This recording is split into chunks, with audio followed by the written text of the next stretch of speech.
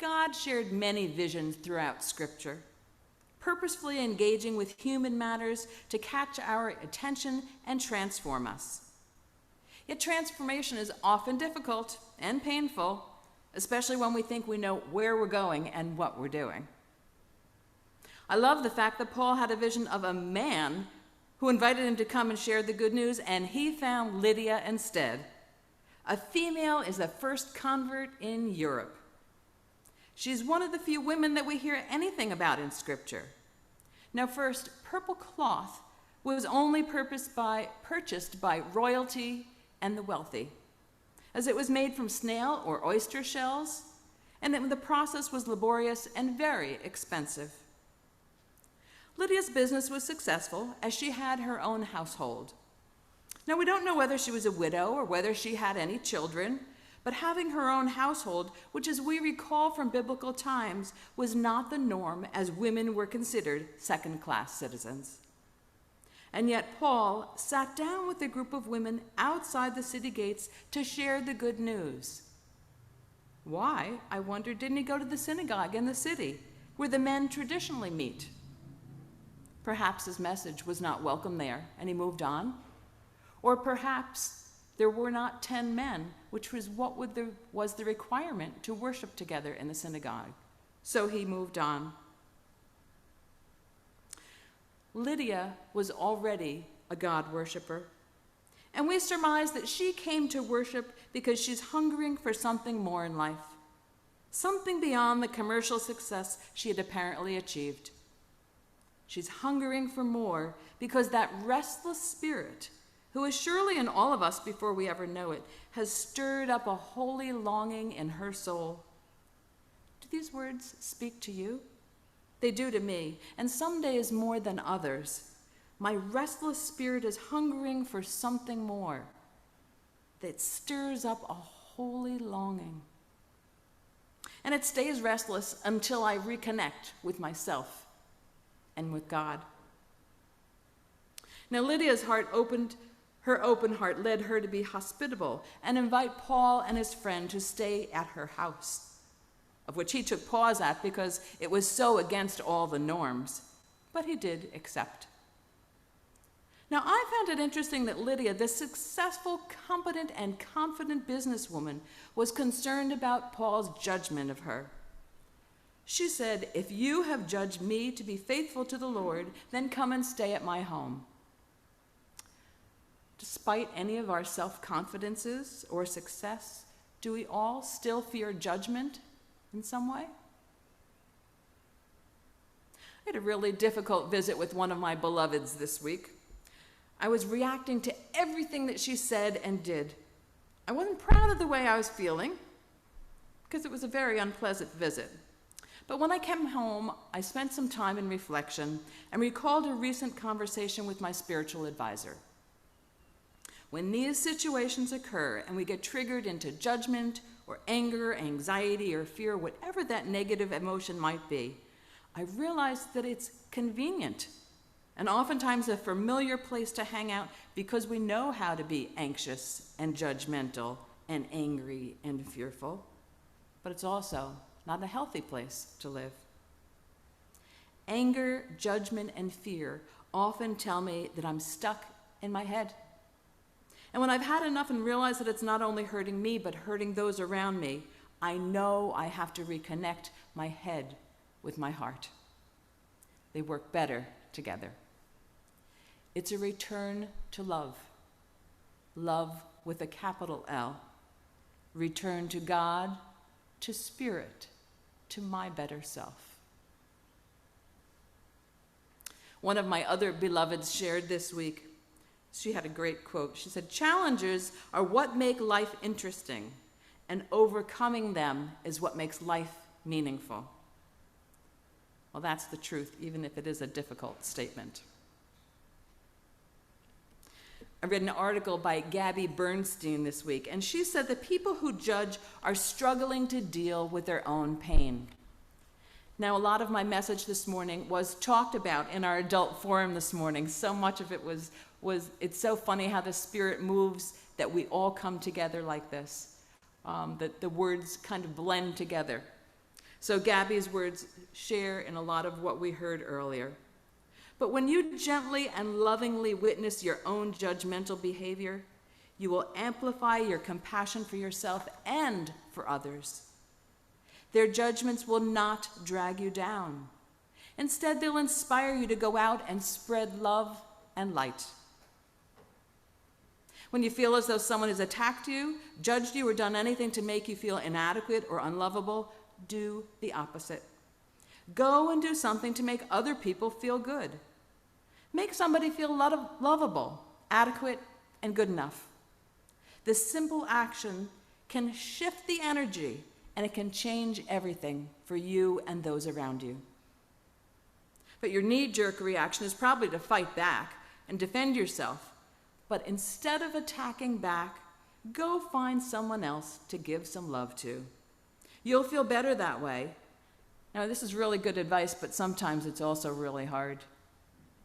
Well, Gabby had some things that you can do when you feel judged.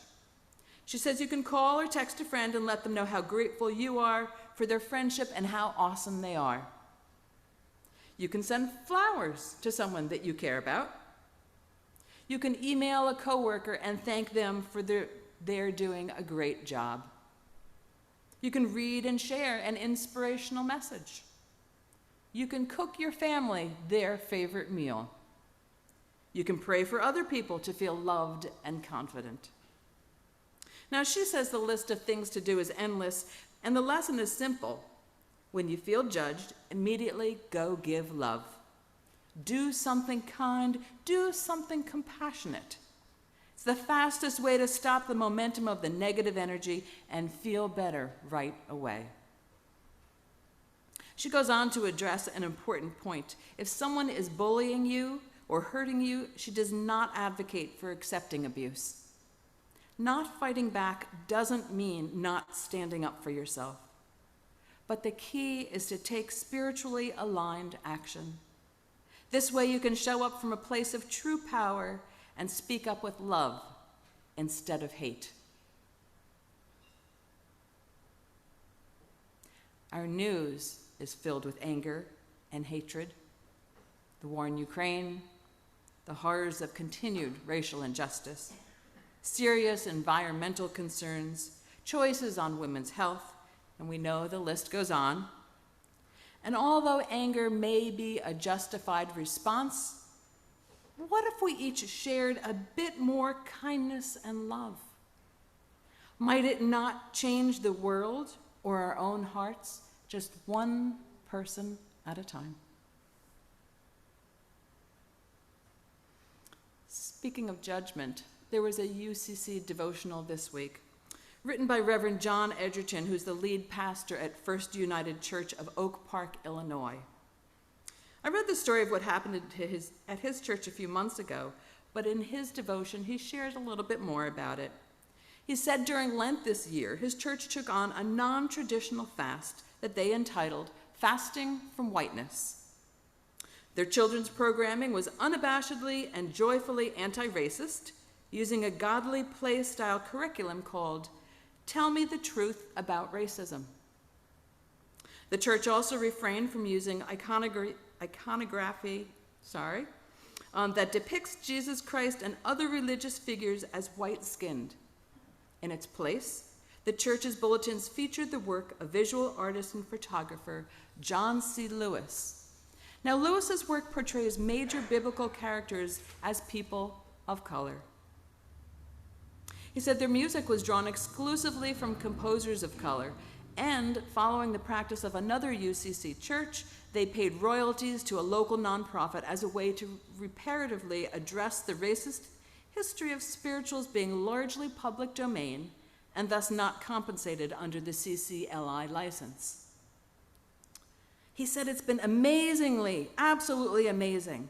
Our church services have been so joyful and so wonderful and challenging in all the best ways. Now, for all the joy that fasting from whiteness brought the church, things blew up for them on that Tuesday of Holy Week.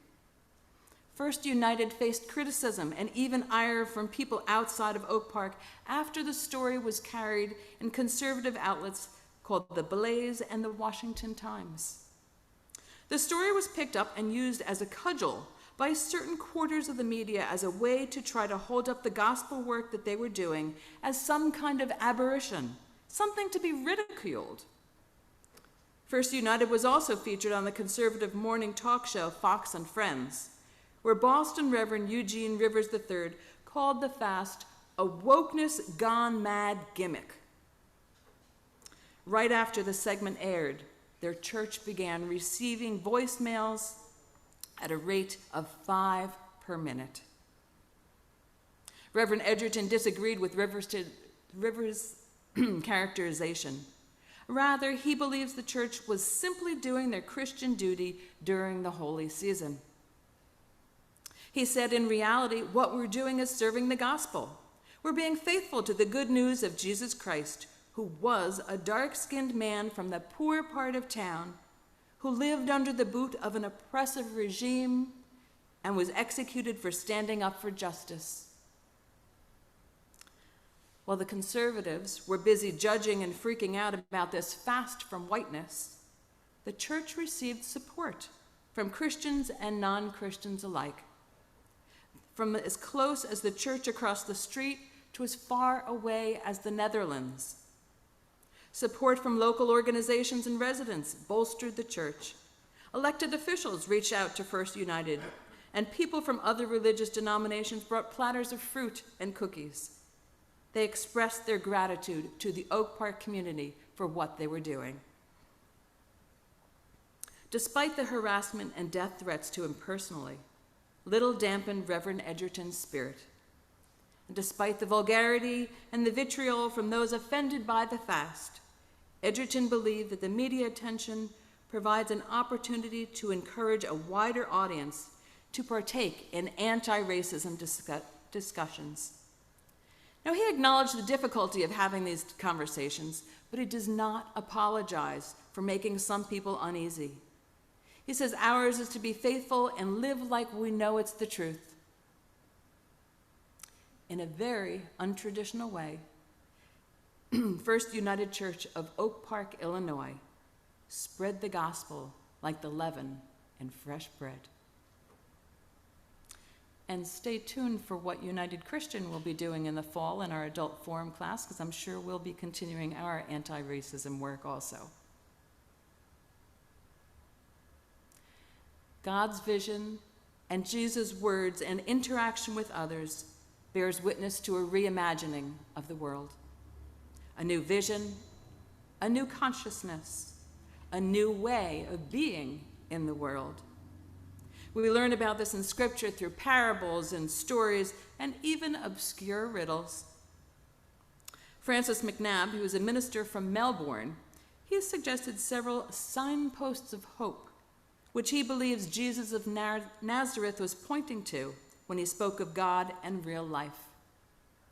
My hope is that these may resonate with your own experiences and longings. First, he said Jesus pointed to God, to his God, as a life-giving, life-enhancing, awesome, surprising presence. He said Jesus pointed to his God of affirming generosity, a God of invitation and inclusiveness. He believes Jesus pointed to his God who would bring some healing to the human condition. He said Jesus pointed to his God who opened people's eyes, opened rooftops, opened doors, and those who were thus opened became part of a new experience, a new life, a new being, a new creation. He said Jesus gathered people everywhere. He gathered them together, and in the gathering, there was a listening wisdom, a nourishment of the human spirit, an expansion of the soul. And lastly, he said, Jesus pointed to his God that passed through all boundaries, necessary as they may be for some, but held each person's place and dignity as important. We in the church do not have all the answers. Jesus points us, and we strive to follow.